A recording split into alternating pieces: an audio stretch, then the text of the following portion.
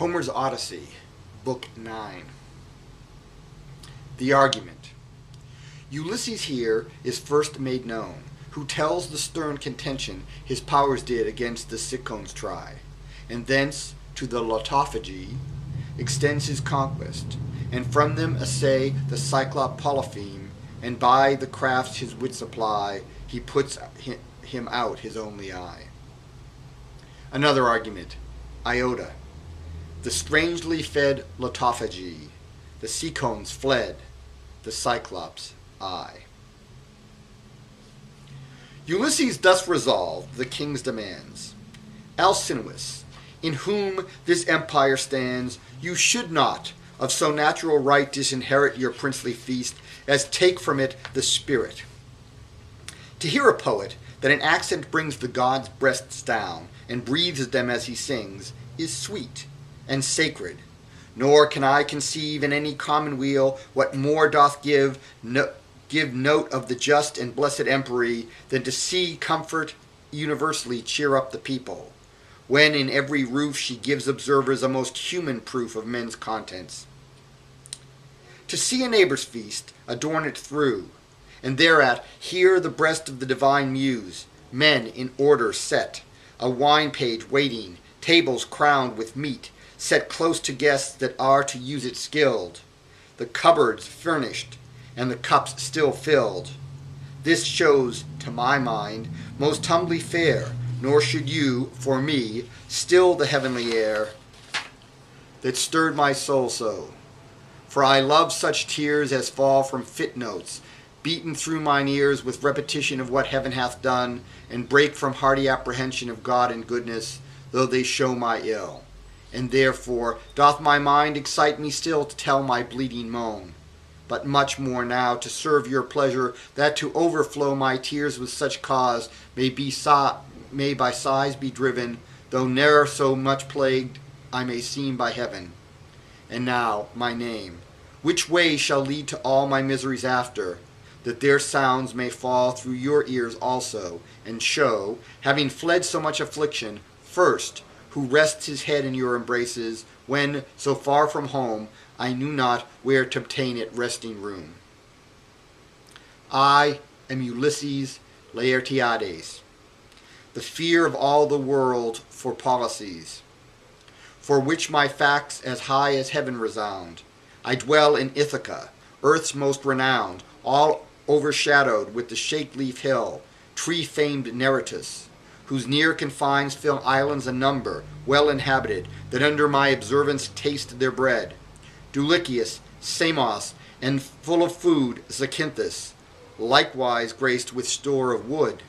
But Ithaca, though in the seas it lie, yet she so aloft she casts her eye quite over all the neighbor continent.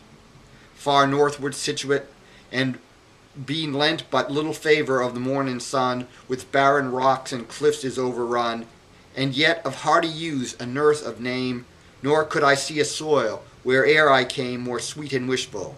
Yet from hence was I withheld with horror by the deity, divine Calypso, in her cavy house, inflamed to make me her sole lord and spouse.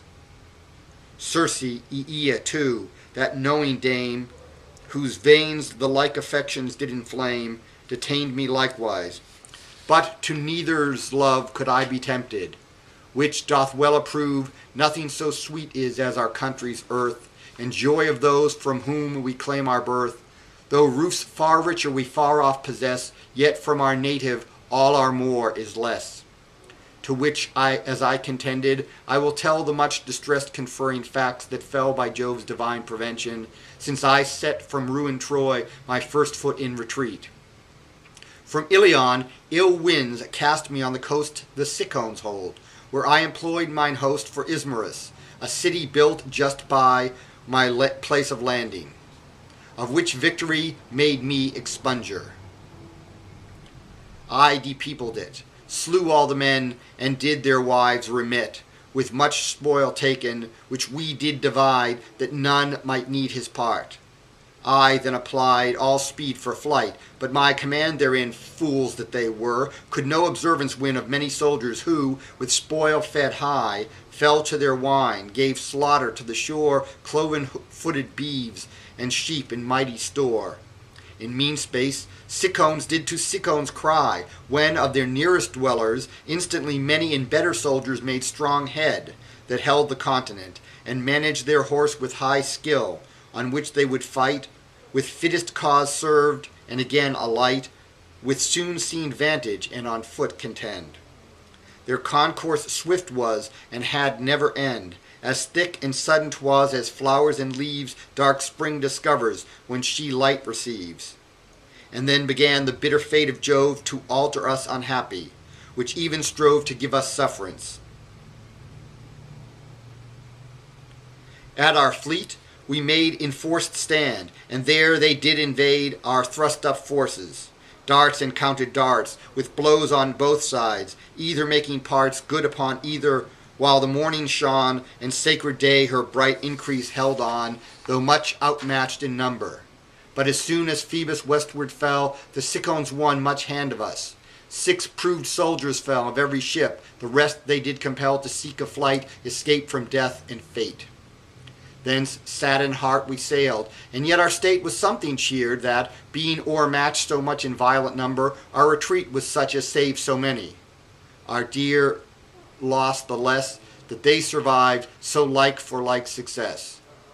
Yet left we not the coast before we called home to our country earth the souls exhaled of all the friends the Cicones overcame. Thrice called we on them by their several name, and then took leave. Then from the angry north, cloud-gathering Jove a dreadful storm called forth against our navy, covered shore and all with gloomy vapors. Night did headlong fall from frowning heaven, and then hurled here and there was all our navy. The rude winds did tear in 3 and 4 parts all their sails, and down driven under hatches were we, pressed to drown. Up rushed we yet again, and with tough hand, 2 days, 2 nights in toil, we get near land, labors and sorrows eating up our minds. The 3rd clear day yet, to more friendly winds, we masts advanced, we white sails spread and sat. 4 winds and guides again did iterate our ease and home hopes, which we clear had reached, had not by chance a sudden north wind fetched with an extreme sea quite about again our whole endeavours, and our course constrained to giddy round, and with our bowed sails greet dreadful Malea, calling back our fleet as far forth as Cythera. 9 days more adverse winds tossed me, and the 10th the shore where dwelt the blossom-fed Lotophagi. I fetched, fresh water took in, instantly fell to our food a shipboard, and then sent 2 of my choice men to the continent, adding a 3rd, a herald, to discover what sort of people were the rulers over the land next to us, where the first they met were the Lotophagi, that made them eat their country diet, and no ill intent hid in their hearts to them, and yet the event to ill converted it, for having eat their dainty viands, they did quite forget, and as all men else that did but taste their feast, both countrymen and country, nor addressed in any return to inform what sort of men made fixed abode there, but would needs maintain abode themselves there, and eat that food ever. I rode out after, and was fain to sever the enchanted knot by forcing their retreat, that strived and wept, and would not leave their meat for heaven itself. But dragging them to fleet, I wrapped in sure bands both their hands and feet, and cast them under hatches, and away commanded all the rest without least stay, lest they should taste the lote too, and forget with such strange raptures their desired retreat. All then aboard, we beat the sea with oars, and still with sad hearts sailed by outway shores, till th' outlawed Cyclops land we fetched, a race of proud-lived loiterers that never sow, nor put a plant in earth, nor use a plough, but trust in God for all things, and their earth, unsown, unploughed, gives every offspring birth that other lands have, wheat and barley, vines that bear in goodly grapes delicious wines, and Jove sends showers for all. No councils there, nor counselors, nor laws, but all men bear their heads aloft on mountains, and those steep and on their tops too, and their houses keep in vaulty caves, their households governed all by each man's law, imposed in several, nor wife nor child awed, but as he thinks good, none for not another caring, but there stood another little isle, well stored with wood, betwixt this and the entry, neither nigh, the Cyclops isle, nor yet far off doth lie.